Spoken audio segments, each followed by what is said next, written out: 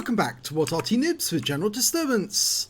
This is a GW Panther. It's a Tier 7 German SPG. It's located on the south spawn of Murovanka and it's under the command of the 756.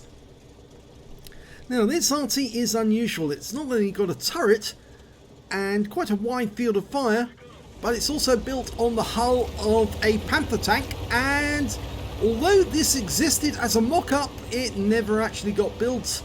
No, I'm afraid they had too high a demand for Panther tanks to actually consider making this as an SPG, and instead what they did is they built Hummels instead. Well, it's got a 15cm howitzer capable of 680 alpha, penetrating 39mm of armour. And we can see that 756 is now aiming downfield just to try and find a target. And the first target that's turned up is an SP1C.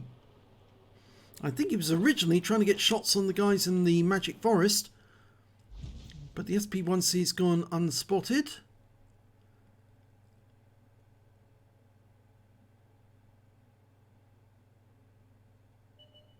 There he is again.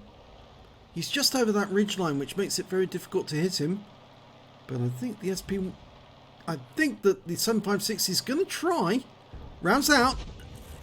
Oh, it's a very good shot. 742 hit points. I think that was a penetrating round. It must have put a hole in him. Yeah, I don't think you could get a higher roll as that unless it was a penetrating shot. Because remember, 680 alpha, so that must be a high roll. Okay, got a T-25AT American non-turreted tank destroyer. Okay, he's now looking at the STG, fires around in and gets a direct hit again and stuns him. And there's a T-28 prototype there as well.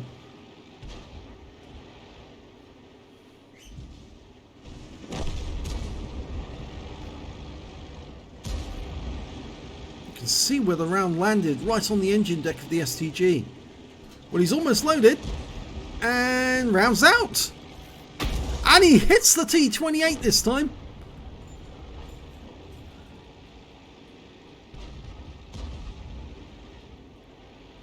He's got willing targets here. Guys are actually lining up to get hit. Going for the T-28 again, almost loaded. Working out where he's going. Kill shot, 124. It was a direct hit, but he'd actually lowered his hit points to enough so he could be taken out. The STG's next. Only seconds away from firing. I don't think he can get a kill shot unless he penetrates. No, it was non-penetrate. Well, it exploded on the outside of the vehicle. You can see where the thing hit it right on the front corner. It tracked him though. The shell exploded right on the corner of the tank.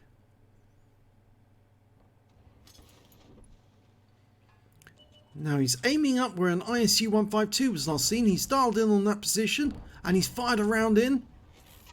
And he got a direct hit. There was no explosion, so we know we hit the target. And that's a useful target to take out, at least to remind him that there are people watching him. There are two tanks actually coming this way, though he does need to take out... Oh, there's one of them.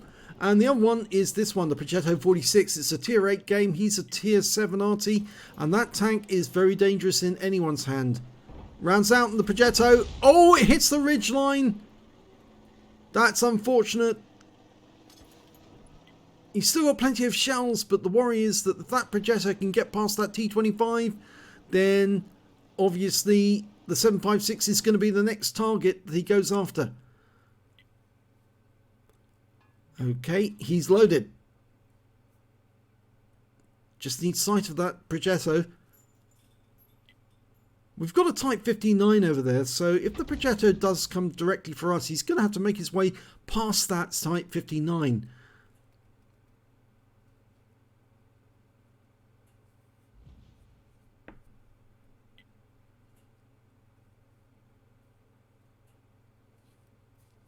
Well, the enemy has decided to go silent for a short while. But there's somebody coming in on the west side of the map. It's that SU-152, the one we hit earlier. And he's lost a lot of hit points. Oh, no! Well, we were lucky the shell landed long and actually did 15 hit points of damage to him. But he's been taken out of the game. There's the Progetto. Now you can see the very wide field of fire, or wide arc of fire I should say, on this Arty. Unfortunately that Progetto is right at the edge of the field of fire. Rounds out on the Progetto, direct hit, 340 hit points. Again, that was a non-penetrating shot. And he's now decided, yes, it's probably better for him to move further to the west to ensure that he doesn't get attacked by that Progetto from long range.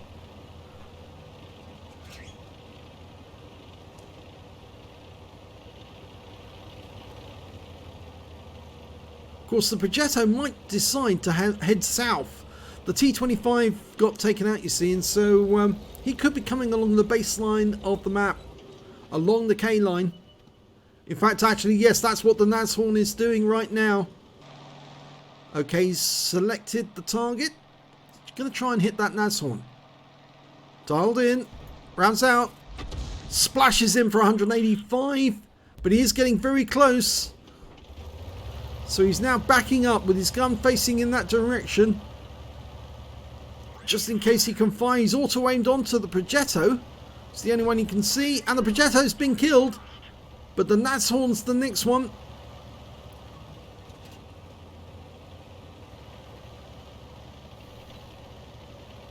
We're 2 tanks down on the enemy at the moment.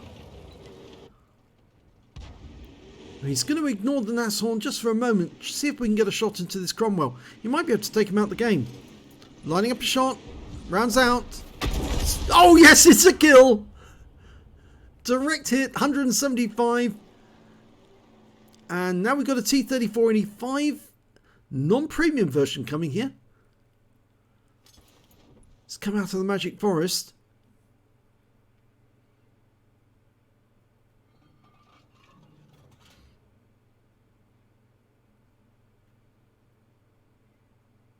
We've got nobody spotting in that direction at all, really. The SU-100 and the IKV have come down from their spotting positions, so they can't see him. And the next tank we might see is a Nashorn, so it's probably a good idea if the 756 gets behind one of those tank destroyers so they can spot for him rather than the other way round.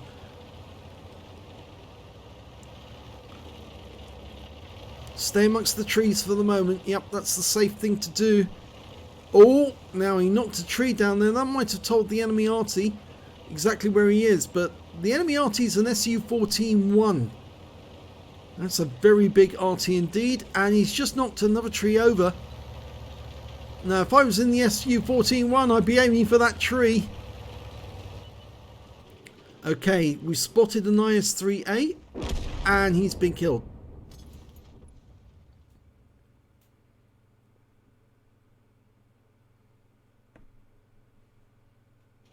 It's 4 against 5.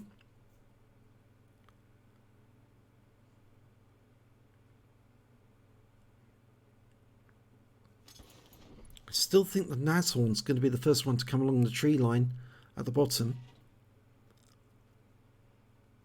He'll come right up the edge of the map. The IKV-6252 and the SU-100 probably won't be able to see him because the trees will mask his approach. And yes, 756 has noticed that, and I think he's adjusted his aim just to see if there's any movement, any trees knocked down, anything like that. And here he is! Oh my god, he's got close! He's very close. In fact, it's the T-25 AT, that non-turreted version, and his shot missed! And there he is. We're spotting for him. Here you go. Get him, guys! We took a round there. And of course the enemy Arty will be watching us. He knows where we are now. And we're backing up to avoid a counter battery. The Nashorn, it's a different Nashorn that's coming in from the north. There's the Arty round. Landed behind us. That was quite a bit of a snapshot, that one. We still don't know where the other Nashorn is. We can see that one though. Dialing in. Oh, it's a difficult one because that ridge line is getting in the way. He's adjusting the aim. Lost sight of him again.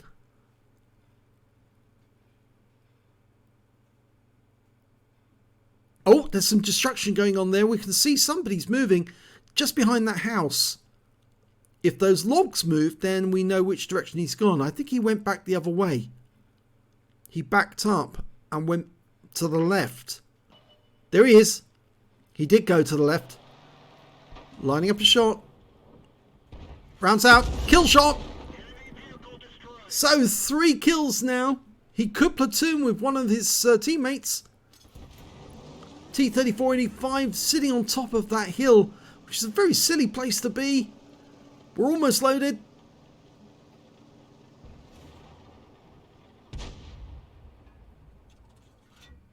Rounds out straight away. And that's a kill. That means there's only 2 enemies left. Oh, it's 2 versus 2 because we just lost our SU-100. The enemy Nashorn got him, so he must be fairly close. He must be very close. Adjust your aim to only the distance that your teammate, the challenger, can see. About 200 or 300 yards ahead of you. That's all he's going to see because of the trees. Okay, he's platoon with the challenger, so they've both survived this battle. They'll get a brothers in arms, but they've still got to deal with the enemy Arty as well.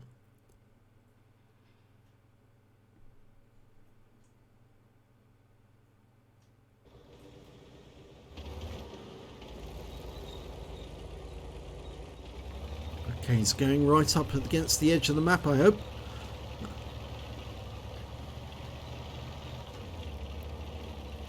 If the enemy tries to cap, which would be a very silly thing to do, but if he does try to cap, then obviously the SU-100 would just have to, or rather the Challenger would just have to spot for us, and we could put a round into him to finish him off. I believe the Nashorn is fairly badly damaged. Mind you, 756 hasn't got much in the way of hit points left. He's only got 62. I still think he's on the K line somewhere.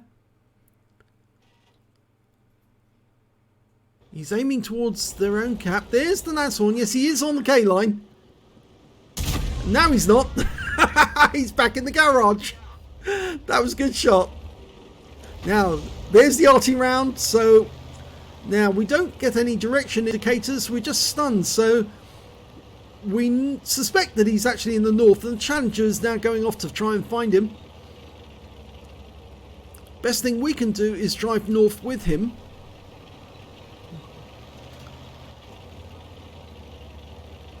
The GW Panther is slightly heavier than the standard Panther, mainly because it's got that big 15cm howitzer, but it can still move. Instead, he's actually decided to aim where he thinks the SU-14-1 will be. It's a very big Arty. It's based on the T-35 heavy tank. It's very slow Arty as well, so the Challenger's not going to have much difficulty in finding him. Yes, he's definitely going for that corner.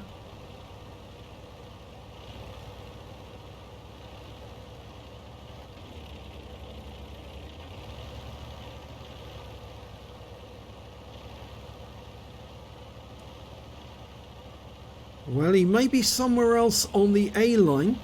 The Challenger may be about to find him if he's in grid square A3.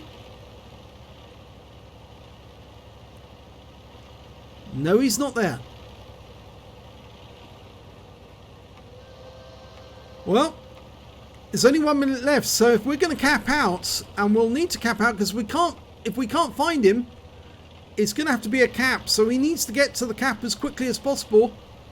They won't be able to cap if it passes a particular point, and it looks like we're past the cap point now. Even if 2 were to cap, they wouldn't be able to cap in time, so they have to kill the SU-14-1. They have to find him and kill him. Otherwise, it's going to be a draw.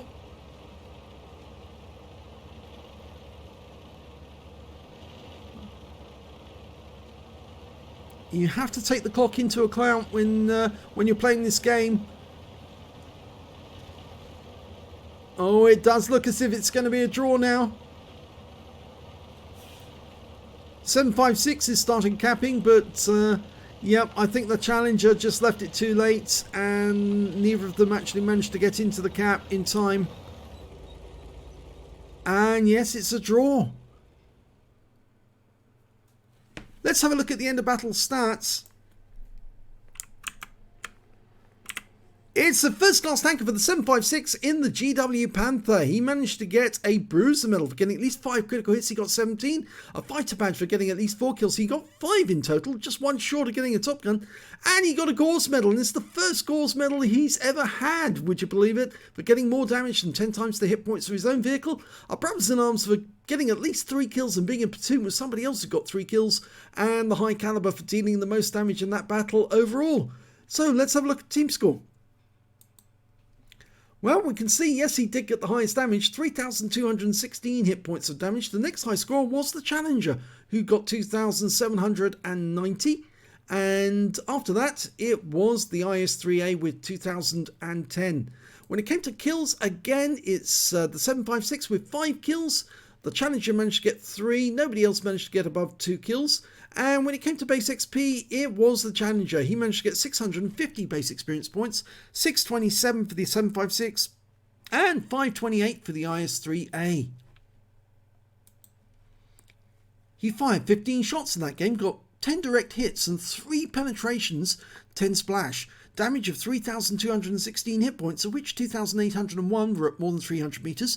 He received 1 hit. It was a penetration, I'm afraid. And he also received 1 hit by way of splash damage. He damaged 9 of the enemy, killed 5, and did 13 hit points of stun assist of 8 stuns. On a premium count, he earned 25,256 credits, got 3,570 credits for the Achievements Award. That's for getting an epic medal in a losing or a drawn game. And his total came to 43,239 credits.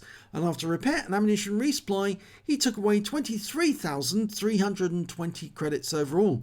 He received 627 XP and 381 for the Achievements Award again, 1,512 taken away. So, not bad game for getting your first Gore's medal. You did do a lot of damage on the enemy, and some of your shooting was very accurate indeed, especially that first shot on the SP1C, which I'm pretty certain was a penetrating shot, that one there, because it was such a high damage roll, 742 with 1 shot. Yep, that was pretty good, that was. And it's just a pity that it was a draw. I think in battles like this, just if the clock sounds and it sounds like it's going to be, you can't find one of the enemy tanks, just get in that cap as quickly as you can, and hopefully then you'll draw him out. Or if he doesn't come out, then obviously you'll win by capping instead. But it was a good game for 756. If you enjoyed that replay, please give this video a like. Do subscribe to our channel, hit that notification button so you get alerted when a new video goes up. As I say, we're trying to do as many videos as we can before Christmas. We're trying to hit that 5,000 video mark. And thank you very much for watching.